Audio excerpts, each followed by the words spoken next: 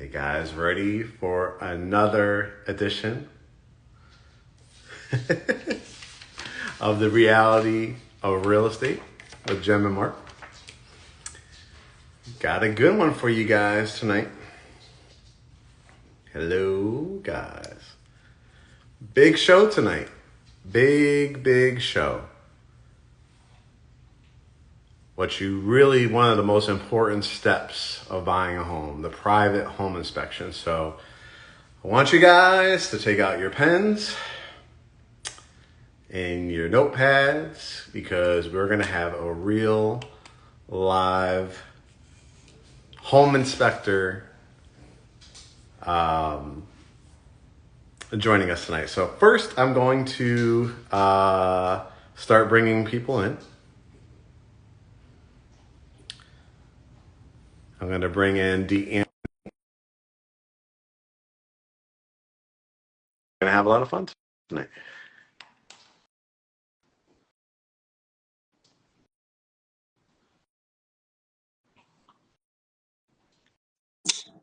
Hey, what's going on? What's up, man? How you doing, man? Good. Good to Good. see you. Good to see you. How's everything? Good. Yeah, it's been, Good. I'm going to keep you busy over the next month. Yeah. Yeah, I love busy. Busy is good. I could bring Jem in too. Okay. This should be fun. Hey, Hello. the whole crew is Jim, here. what's going on, Jim? How are I, you? I am good. I am good. How are you? I'm good. I'm good. Good. Good. Jem has gotten to know DeAnthony pretty well since she's Oh joined yeah. Great Homes Oh ATL. yeah. We done a few transactions together. This is going to be a fun conversation because they've all been doozies. All of them. Every last one has come. I mean, we closed, Mm-hmm. but it's always with some nuance that he and I got to talk about it and then talk about it again. Yeah. Ooh, Yeah. Got some good Quite a few stories. challenges, but we got it Yeah, done. we did. good stories to share for sure. So just like a little format, guys, anybody that's joining and will join, we'll do a Q&A towards the end if you guys have any questions. I want to start off by formally introducing who's on your screen. So, of course, you know the lovely Jem, who is a agent here with Great Homes ATL, and hopefully future broker. She's studying. So, got big things coming up. And then we have on the bottom left of your screen, or at least on my phone, DeAnthony Norwood with Property Right. Masters Home Inspections. And DeAnthony, I've known DeAnthony, God, since probably about the last 8 or 9 years at least, right? At least. At least that long, man. I remember doing my first inspection was a pre-drywall for one of your clients down in South Fulton. I remember that vividly. I'm trying to think back of like, I was thinking before I was joining, and I was like, how did I meet DeAnthony? Because, you know, a lot of times in the industry, we get hit up by lenders, inspectors, somehow they all try to funnel through Yeah, the real estate agent. yeah. And I think it might have been a referral from somebody. I It think was. it had to be. It was another home inspector that I was training, a female inspector that I was training, and I think her buyer, your buyer knew her, Okay. but she didn't feel comfortable doing the pre-draw wall inspection. So she asked me to come along, but I ended up doing it, and then so goes the story. Took off from there. Yes, But sir. give everybody a little, background on, yourself, your company, your experience, and like how your company came about. A little background of maybe what it takes to get licensed here in Georgia as an inspector. Gotcha. Gotcha. Okay. All right. So I'm DeAnthony Norwood, the owner of Property Masters Home Inspections. I've been doing home inspections since 2016, and then I started my company in 2017. And I'm a solo act for now. In the process of training some new inspectors to bring them on to scale my business and grow. Um, But I started out, got my initial training through AHIP, which is the American Home Inspections Training. It was a weekend course, took the course over the weekend, studied for a few weeks and passed their test. And then since then, I joined NACHI, which is a national recognized inspection association. So NACHI is the National Association for Certified Home Inspectors. I joined NACHI, passed their standards of practice testing and certification and received their certification. And I also joined the Georgia Association of Home Inspectors, which is GAHI. And GAHI is a good association to be a member of because every other month we do CE trainings, whether it's on new construction, anything that's new building codes, anything that's new practices that are coming down. So every other month we meet to get consistent training and updates on housing and things that are changing. And so with those three certifications, those are really good because in Georgia, it's not a licensing state like Florida or Texas or California. So you don't have to be have a license to be a home inspector in Georgia, but it's really good to be certified, so you can get the proper training and know what's going on, man. A lot of Uncle Pookie's out there trying to Oh, be yeah. home. Oh, yeah. I mean, because we'll get into it. We'll talk about new construction inspections and resales, but in the new construction, they are very strict. Like you have to have these credentials and stuff. In the resale, it could be a little bit more open ended. But is it pretty intensive? Is it pretty intensive? What's the training like for going for it? Like when you say weekend classes, it was like a lot of hands on, like you're climbing up things and stuff like that. Yeah, so for the weekend courses, it's a little bit of hands-on and mostly classroom work. So it's a lot of things you got to study, when you being a home inspector, because we got to know a little bit about everything structural. You got systems such as your plumbing, your electrical, your heating and air, and ventilation. You got to know about roofing, foundation. So you learn about each system for a house and things that could go on with the house and how they all work together. And then you got to know how to look for certain or potential issues or defects, or if you can kind of not really um, predict, but if you can almost look at the way a house is structured or either the way the house is graded, meaning the way the grounds are going, if it goes toward the foundation, you can pretty much predict or assume that at some point water may settle around that foundation. So with experience, you'll know what to look for, but that's what it's going to take. Some book work and some knowledge, Mhm. but then a lot of hands-on experience, man. That's where you're going to get the bulk of your training, is actually getting out, Yeah. touching things, seeing things, and actually getting involved. And that's the best form of training for home inspection. I don't like realtors too, and there's so many newly licensed ones. If you guys are watching, no shade or anything, but it does take going through all kinds of crazy scenarios, and I'm sure it's the same on the private home inspection side. Yeah. Just to give you guys kind of what we mean by private home inspection, kind of where it fits in from a realtor's perspective, and when we would bring in somebody like DeAnthony. So when you go under contract for a home, we'll start with resales. And Jem, we could kind of go back and forth on it, but I'll start it off by in a resale market. You have something what's called a due diligence period. So this is really, really important because in crazy markets, a lot of people were waiving their due diligence periods, not doing home inspections, and we're going to get into how that can literally cost you.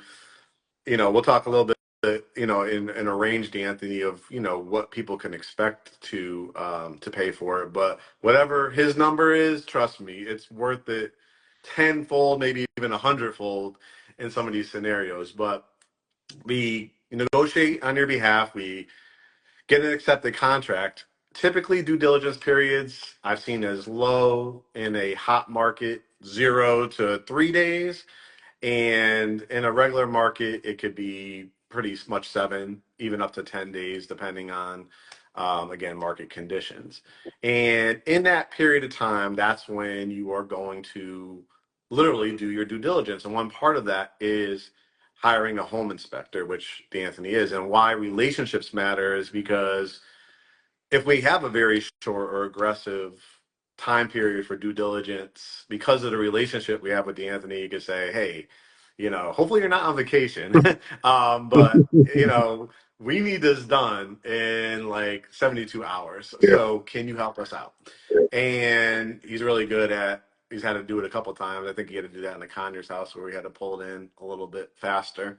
And during that due diligence period, that's when DeAnthony will come out and literally inspect all the major mechanicals, the roofing, plumbing, electrical, heating and air, and he creates this great report. Why it's important not to do that like on the very last day of due diligence is because, again, coming back from the realtor side, and why it's important to have an actual representative, because DeAnthony's job is to find something. It's not going to force it, but there's typically never, and you can speak to this, DeAnthony, never 100% perfect house. Mhm.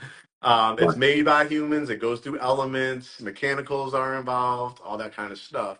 So if you're saying having a 7-day due diligence period, still pretty important to get that done by like day 4, I would say, latest day 5, because the report comes back on the same day. Not all inspectors do that, but DeAnthony gets that report out right away. And then it gives people like Jem and myself an opportunity to speak with DeAnthony if we need to and say, is this even really worth moving forward? Is this going to be a disaster? Is there anything that is major? That way we know, okay, this is most likely going to cost, so much more. Or in a situation where, you know what, it's a concern structurally, something on the property. Well, you have a couple more days to get a structural engineer out there or an HVAC person out there or a roofing person out there. So you don't want to wait right into the end of that due diligence period. So again, trying to tie in the importance of representation on the realtor side, relationships with an inspector, and kind of narrowing out like really what are major things and what are not major things. Jem, you want to jump in and share anything on that due diligence period? Yes. And I agree with everything you said, exactly the way you phrased it. One thing I would add is that it's also an opportunity for you to learn how your house works. Especially with our first time home buyers, which tend Yes. to be, I Good just point. attract them like a sponge. Many of them have never lived potentially in a house of that size. We've got people coming from other places that are going to be living in a new state where things may be different, from climate to the kind of bugs you're going to see, everything, right? And this is your opportunity, your due diligence, and that's why they call it your due diligence. This is your opportunity to do your part to find out as much as you can. Because once we get to the end of that, you're under contract and you now have made a binding agreement to sell this Right. house, right? So it's definitely an opportunity to find anything you should be aware of, but it's also an opportunity to learn things that you need to know about your house, because every house is different. You might have 5, 6 houses. DeAnthony can attest to this, right? Even homes built potentially the same time of the same materials wind up with different issues. So this is your chance, and this is why we work with DeAnthony, because he's not only good at finding the stuff, but he's also good at documenting it in a way that you can now use it as a Yep. reference. Yep. Going forward, we want you to use your inspection almost like the Bible of your house. Keep it someplace safe, because there's going to be pertinent information, even pictures. He's the first inspector I see with pictures and videos in the report. I was so Yeah. impressed. Yes. Yeah. The videos are pretty cool. I like that. I mean, Yeah. that's another level, because now if you forget where was that, what am I supposed to do? You literally have it to refer to, Right. right? You own So that. I think You that's paid cool. for it. You own it. That's So it's it. a great reference tool for sure. Absolutely, absolutely. But I want to talk Go about the ahead. drama, because we know there has to be some crazy stuff. I can't wait to hear the story. Yes. Do you have yeah, what is like I'm sure you've seen it all in the last 8 years. Do you have any crazy stories of what you've encountered, discovered, kind Oh of God, like man. made Yeah, you like I can't believe this is this is yeah, what it is? yeah, yeah, man. So yeah, so I encounter animals quite often in attics and crawl space. So About 2 weeks ago, I was doing a cabin in North Georgia, and on a one side of the attic, just one side of the attic, little flying squirrel, and it apparently it had just pretty much moved in.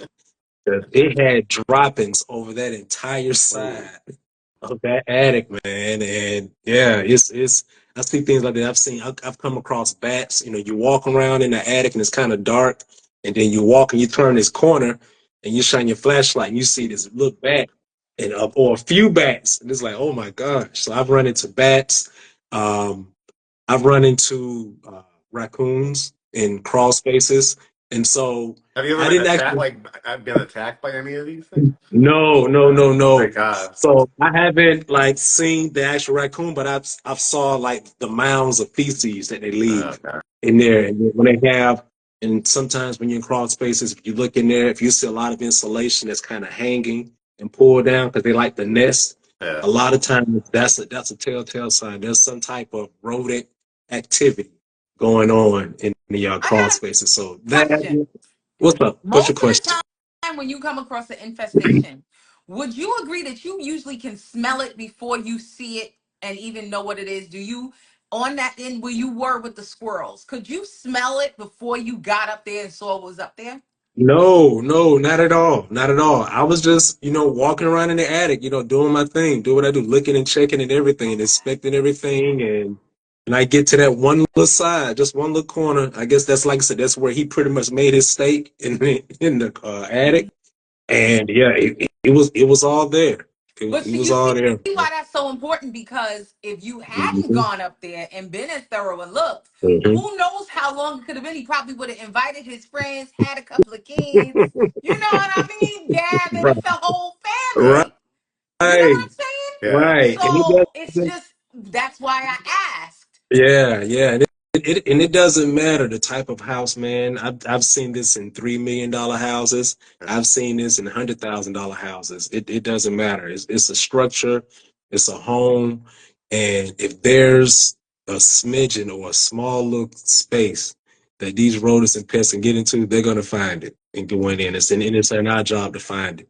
Is there is there from your experience any misconceptions about because in the Atlanta market, for anybody that's not from Atlanta, like renovations, flips, all kinds of things, permitted houses, unpermitted, all that kind of stuff. Like, do you know automatically, or like can you see a house that's renovated and like right away, like, okay, they didn't bring this down all the way down to the studs, and new plumbing has not been installed. Tell people a little bit, because this is really important. Mhm.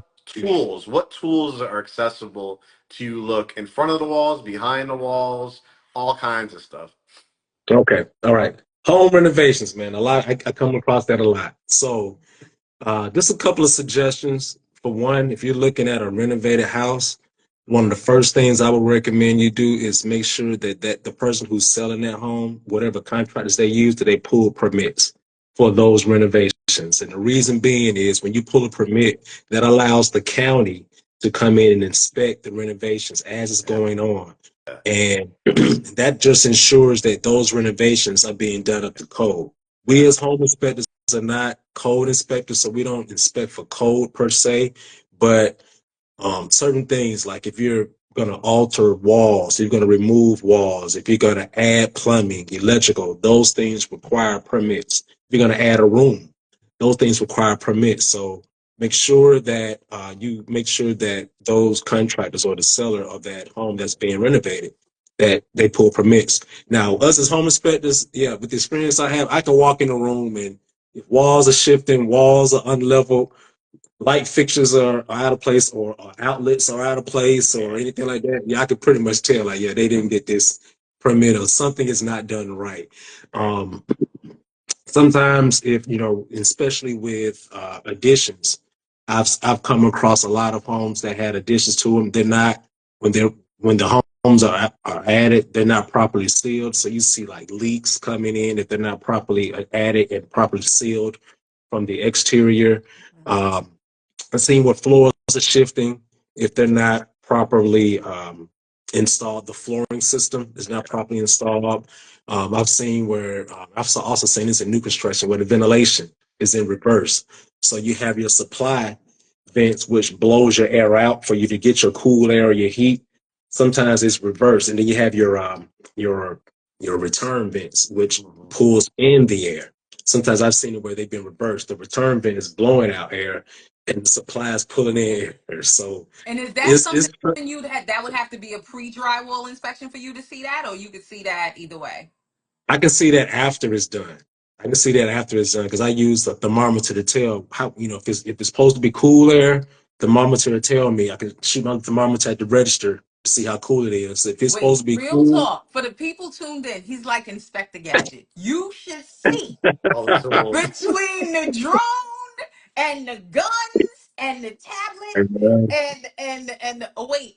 Well, I don't want to ruin it because you know where I was going with that. The radar. yeah, Well, we'll get into yeah, that story. we'll I get don't it. want to jump the Okay. gun, but it looks like something you communicate with aliens. You use this Yeah. thing, but Yeah, he is really, really loaded. And let me say this: I've worked with a lot of inspectors in New York. I had my favorites, and my favorites were the ones that were the most thorough. They spent the most time, and they were the best with the clients, so that we worked together. It wasn't a battle between the two of us of what message we wanted to send to the client. We were on the same page about just informing and educating them.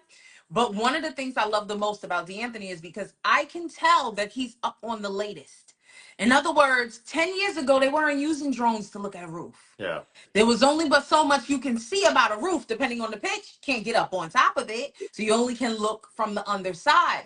And that's another thing that impressed me is that he keeps up with the tools of the trade, like literally with regard to temperature. And my other favorite tool is the one that can detect moisture. yeah, yeah. The meter and the Yeah, infrared. let's kind of, if you don't mind, guys, let's talk a little bit about the major components that we come across, which is water, electricity, plumbing, and roofing. So let's kind of walk through how you're testing water, DeAnthony, and what tools you have. And then when there is, because actually I've heard water is the biggest enemy of a house, meaning roof leaks, mold, stuff like that. Yeah. So kind of just walk through, what you're looking for, toilets, kitchen, what tools you have behind the wall, and then let's wrap that up with mold in your mold tests. Okay. Okay. So for exterior, you're right. Water is not a home's best friend, man. So when I'm looking at the exterior, I'm looking around windows, doors. Um, when I look at the roof, whether I'm walking the roof or with the drone, I'm looking at areas, especially around the penetrations where you have your plumbing vents penetrating through your roof or your chimneys or your flue pipes for your ventilation for your furnaces or hot water heaters. I look around those areas for areas where water can potentially penetrate those areas because you don't want water to get inside of your attic. If your windows or your doors are not properly sealed, you have leaks going in there. Sometimes, if you have leaks going in around your windows, they can go undetected for quite some time, and that's where you would need an infrared gun to actually shine the infrared imaging, which could show you in color. Blue is cold, or blue is wet, and red is hot or warm or dry. And so those are the things that can be really great tools in finding like water related issues. When you're looking at the grading around the outside of the house, you want to make sure that the grounds around the house does not pitch towards the home, but away from the home or somewhere around the home. So the main idea is you want to, the water will travel the least path of resistance.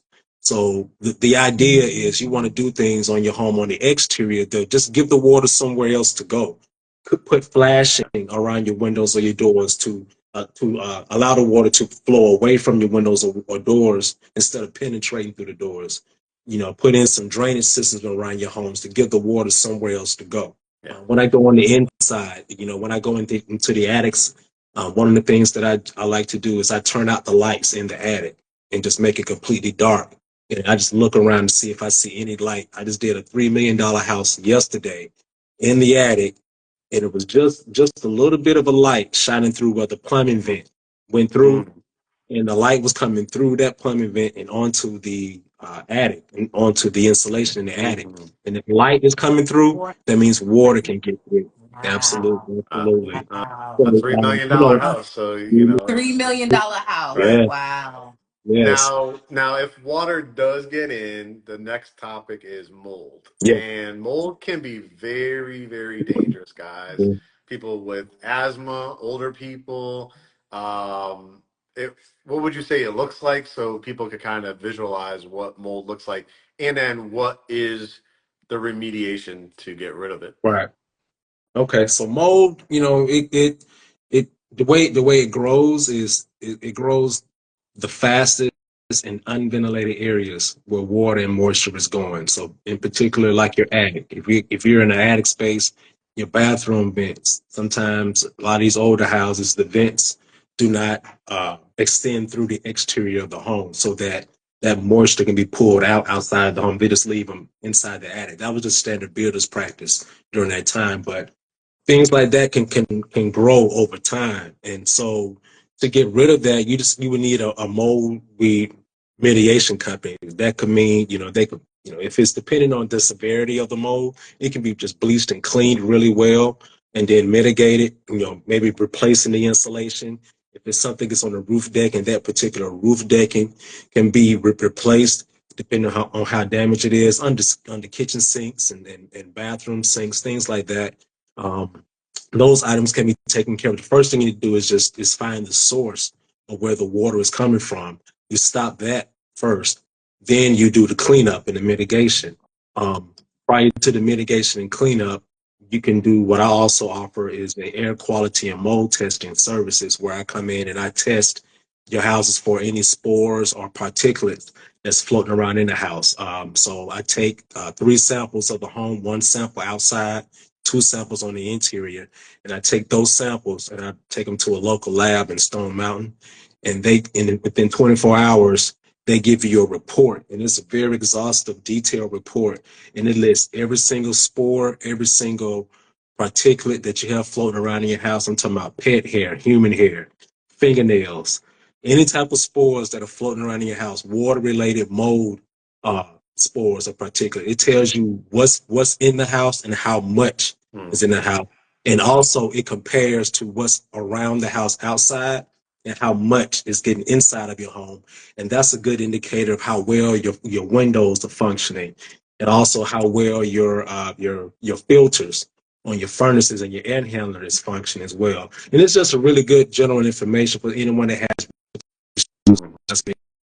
It's good solid information, man. So I highly, highly recommend getting the air quality and mold test. Can I say Cross out something that. Sure. Yep, go ahead. real quick? You said two things I was so glad you said. The first thing is there's levels to mold. Yeah. Some buyers hear the word mold, pass out, wake up, say, "What'd Yeah. you say?" Mold, and pass out All again. And right. it's like a Yeah. whole thing. Okay. Yeah. Right. There Yeah. are levels to mold. And my one thing I want to point out is, we bring in someone who we know we can trust. Believe him when he tells you that it's not the end of the world type mold. Right. But furthermore, the beautiful thing is, back to what you were saying about the importance of due diligence, right? We have a period of time.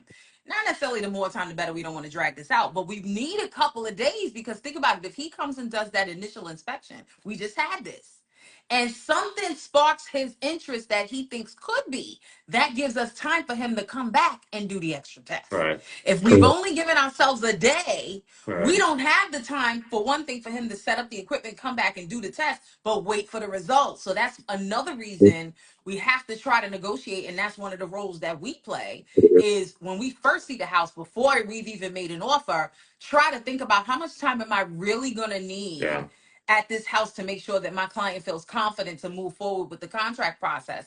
Because there are times I've walked into homes and I'm like, I know that might be an issue. I know that, and I think DeAnthony can tell me what it is, but he may say to me, "No, Jim, you need to get a plumber. Yeah. Right. You need to get an electrician," and we gotta have the time to do that. But listen, you don't have to pass out. There are levels, like the man says. Some of it can be remediated on your own, Right. but Yes. it's Yeah. most important to find the Yeah. source. Got to I find the think source. that's a great point. I think, coming back, to the realtor side is our job is to look out for your best interests. Our fiduciary responsibility is to you. Mhm. Saying that, again, no home is perfect. In a resale home, especially, it's a house that sometimes people have lived in Mhm. 30 years. Some people have lived in it 7, 8 years. Maybe they have dogs. Mhm. So it shouldn't come as a huge surprise that there Right. is dog, spores or whatever you want to say, in Yeah. the air. Yeah. It's an awareness tool, right? So it may be just as simple as the enemy saying, yeah, get better filters, Filter. have your Yeah. HVAC serviced every 6 months. Right. Open your windows every once in a while. Like get the Yeah. fresh air flowing. Yeah. Yeah. Get one of those air purifiers. So, oh my God, like I said, if there's mold like he's finding with the guns and stuff and the moisture stuff behind the walls and it's throughout the whole house, that is a That's huge Right. issue. a huge problem. From my That's experience with you too, it's like, crawl spaces, probably going to have mold in it, Right. right? yeah. You're not really going to be spending time in a crawl space. It's literally it's something that your house is built off of, especially the older ones that were built off like the cinder blocks and Mhm. Yeah. stuff, as Yeah. opposed to a foundation. Those are things you're going to want to look at because maybe you don't want a place with, houses with crawl space. So now me and Jem know not to show you houses with that are built on cinder blocks or something like Mhm. that. Mhm. Let's move over to electrical. What are you looking for? Your tools plugging in each outlet. Talk a little bit about GFIs and circuit breakers and stuff like that. Okay. All right. So in my inspections, I do all of my inspections as if the potential buyer has never seen the house, whether you've seen it 10 times or not. I go into it and I like to design my reports so you can see what I'm looking at. You know exactly what I'm looking at. If you've never seen the house, you know exactly how many rooms it is, the entire layout and everything. So I check every every outlet that I could get to.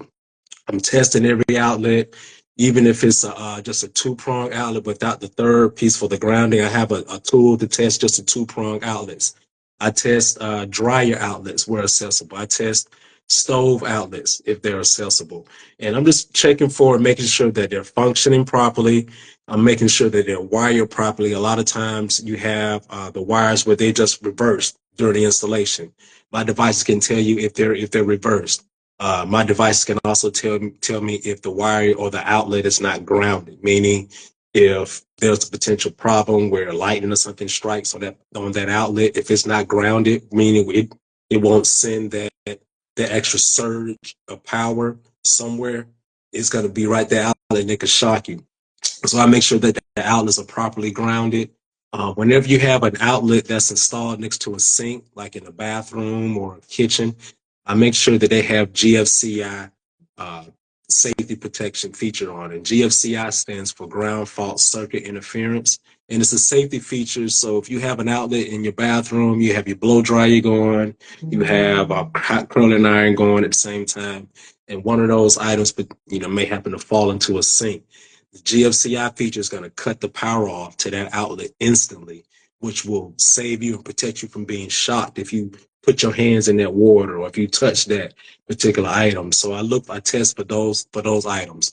As far as main like breaker panels and sub panels, um, I remove the covers from these panels, and I'm looking for make sure they're properly wired, making sure that there was no previous smoke or fire damage Mhm.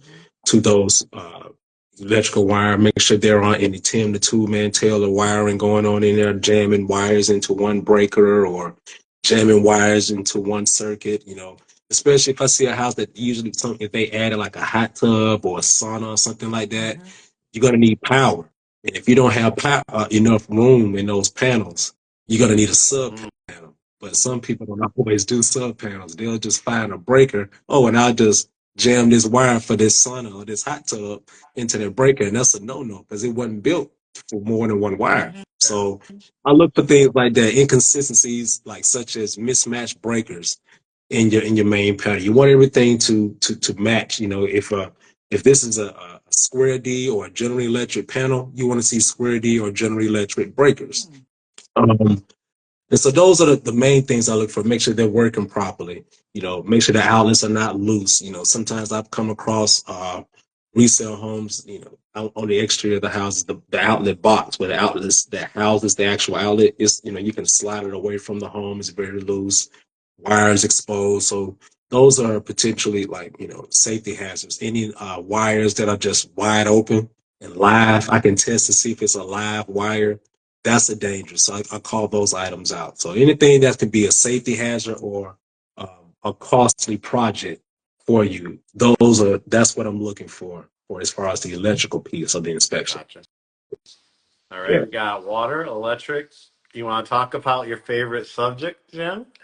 The good old radon. So I'll give you guys just a little overview, and then Jem could share some of her stories. I'll share one of mine too. But radon, guys, this is a term that I learned about when I was studying real estate. It wasn't something even before I was a homeowner before I was a realtor, right? So I had a home inspection done, but I don't think I asked for that test, or I think it was a non-basement home because mostly you'd want to do it on basement homes. So the EPA, Environmental Protection Agency, says a number above 4.0 is that number where it becomes potentially an issue.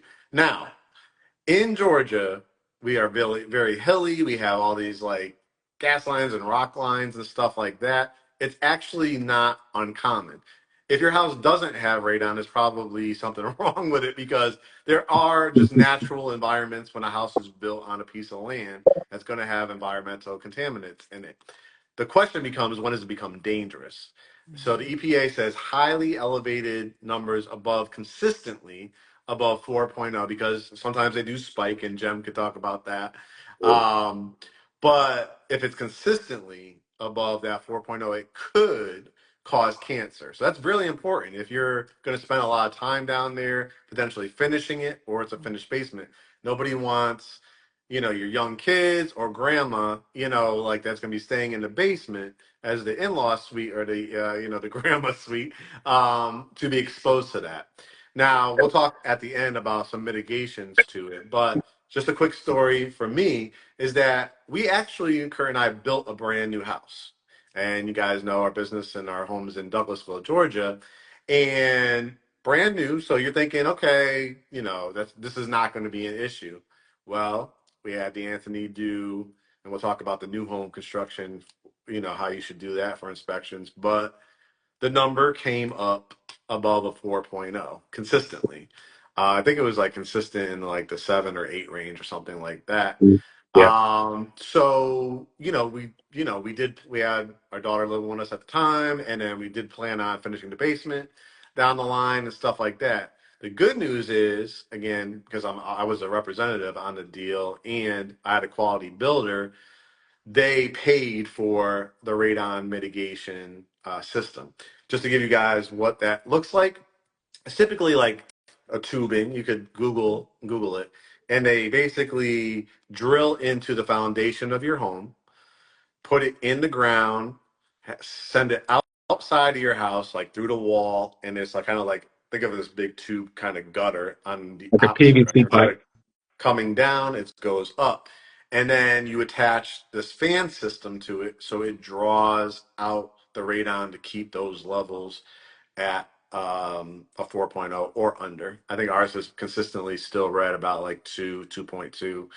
So like again, the message is, oh my God, I have 3, 2, 4, 12, whatever. You're gonna have radon in your house, most likely in the state of Georgia.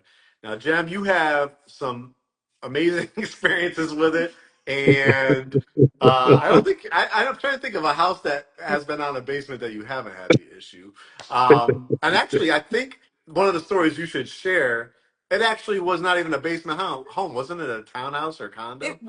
Yeah. Well, if you talk about that one, and that was where I chuckled for a second when you said about a grandma, Yes. because remember the condo in, oh my God, I forget Was where it it was.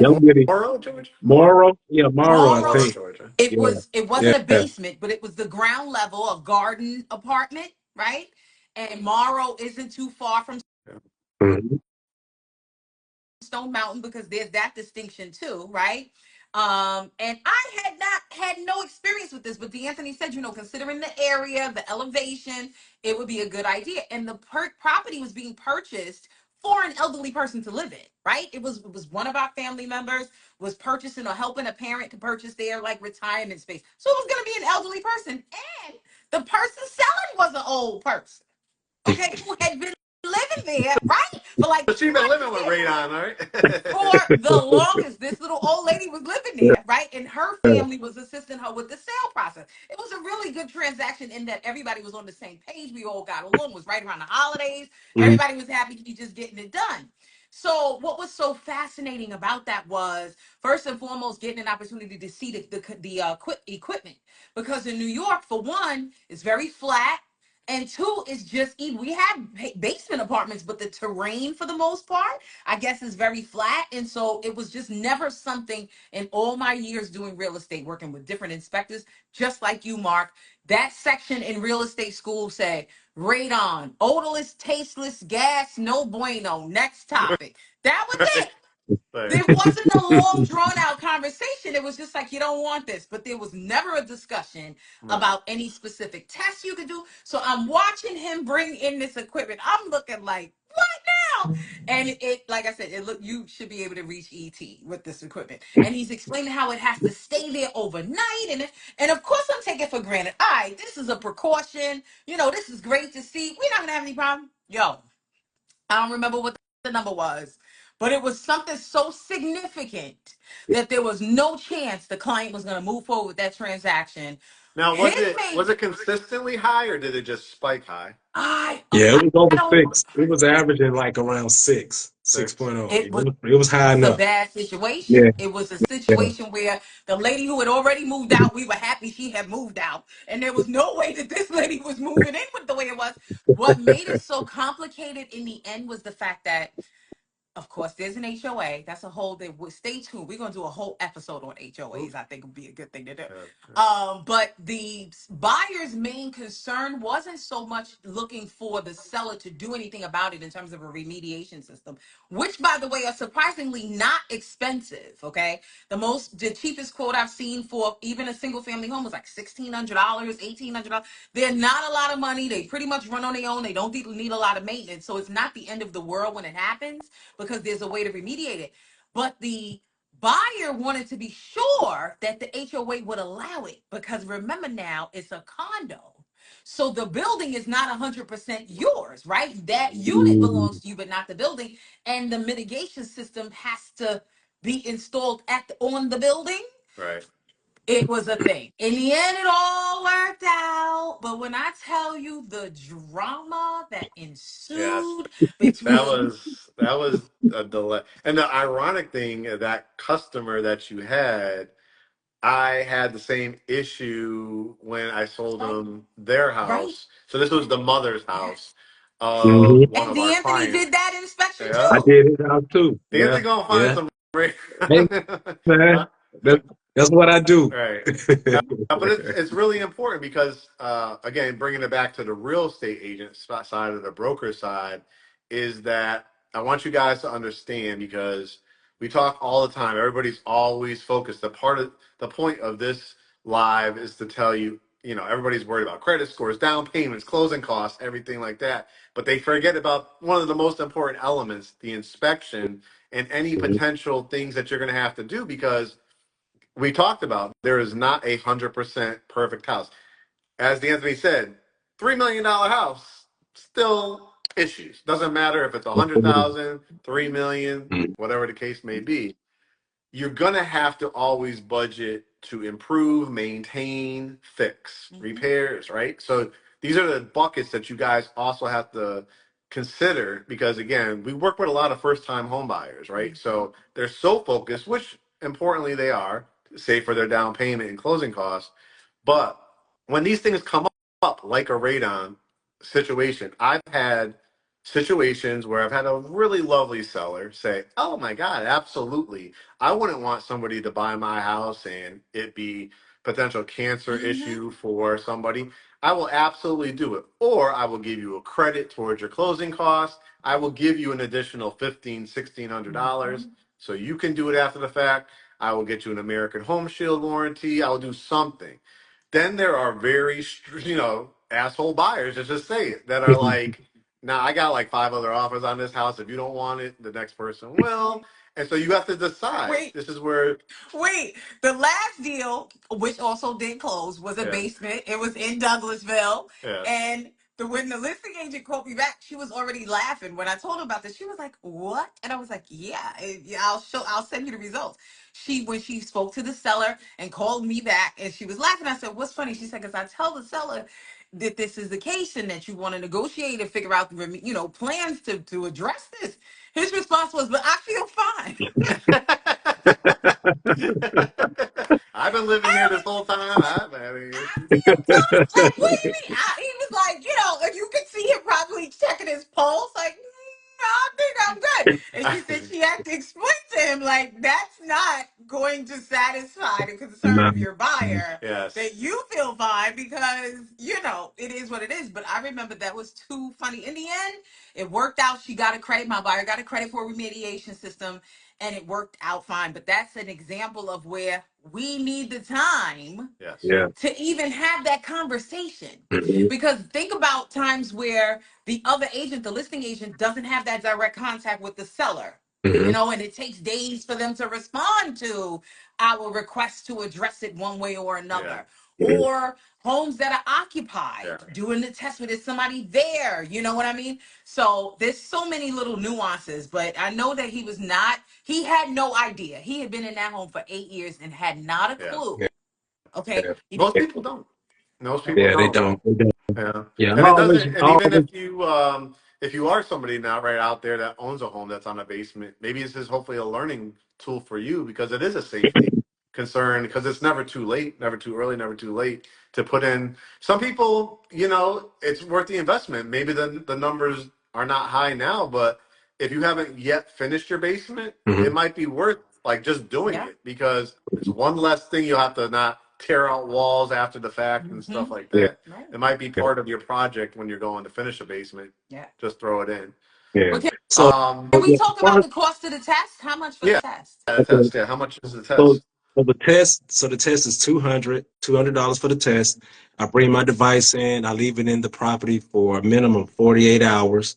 And at the end of the 48 hours, I come back and pick up the test and I can have those results. And it's going to give you the radon levels hour by hour for the entire 48 hours. So you'll know exactly what your levels are.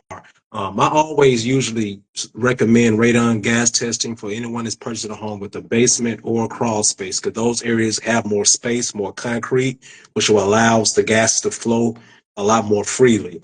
So I highly recommend it. I can recall a client I did an inspection for, a nice house out in Duluth, and it was a same day inspection. He looked it up, called me like, "Hey, are you available today?" So I went out, did inspection, but when I talked to him and I looked at the house online, it had a basement. It was about 120, it was about maybe 10, 15 years old, and offered the radon. No, I'm gonna waive it. Don't worry about it. So okay, but I brought the equipment with me anyway. So I'm doing the inspection, and he's there, and I'm in one of the bedrooms, in the house, and I look out the window and I see his neighbor has a mitigation system. So I brought him up. I was like, "Hey, your neighbor next door got a mitigation system. That means his levels were high. You sure you don't want to get that radon test done?" And he thought about it. He said, "Do you have the equipment with you?" "I sure do. I'll set it up for you." And his levels came back like between 11 and 12. Ooh. That's really high. Uh, So he was thankful and grateful Look at that I that. pushed him to take that test. But I mean, like Mark said it, I've done them in new construction. It really doesn't matter if it's old, new, the type of area, how big it is. Every house is going to have a certain level of radon because of the way the materials is originated from natural rocks and minerals. But it's worth the $200 to get that information. Yeah. let's talk Mhm. about that. So let's talk about what and there, it's still inflation going on, so I'm not going to set you up on the price. But Okay. bring, we all got to pay our bills too. But equipment costs money. You heard about all this equipment, right? And gas and all that Yeah, good stuff. man. It And ain't cheap. And but he could get bit by a raccoon. The risk that he's taking is life every day. You never know. got bats Dollar and bill. yeah. Okay. Yeah. Bats and flying squirrels. You got to pay the man. But because people are money conscious when they're buying a house. Give examples of condos, townhouses, single family under 3,000 and then over 3,000. What could people expect just for the basic home inspection? Basic home inspection around 425, and that's going to include inspecting everything: the exterior, the roof, the gutters, the foundational wall, the AC condensers on the outside. I'm going to inspect the grading around the home, make sure you don't have any potential areas where water could settle around your foundation. If I can't climb the roof, then I'm going to use a drone to do the roof inspection. I'm going to look at all your shingles down inside your gutters, around your chimney if it has one, around your plumbing vents that or your flue pipes that extend through your roof. I look around those areas. Then I go on the inside and inspect the attic, all of the bedrooms, the bathrooms, the heating and the air. I'm gonna test both your air conditioning and your heat. I'm gonna test the differential, meaning uh, how much, what the temperature blowing out your supply register, and what the temperature for your return the air is pulling in. And then you take those two numbers and subtract, and that'll give you the differential. And depending on the range of where that number falls in, that'll give you a good idea of how efficient your HVAC system is operating. So I check for that. I'm testing all the outlets that I can get to, test to make sure they're working properly, making sure they're properly installed and wired. I'm testing windows, making sure the windows open, making sure the windows stay open and not slam back down when they they don't slam on your hands. Plumbing, I'm filling up the tubs and sinks, running showers, draining them, make sure they're draining properly. And that's another thing we can get into about drains too.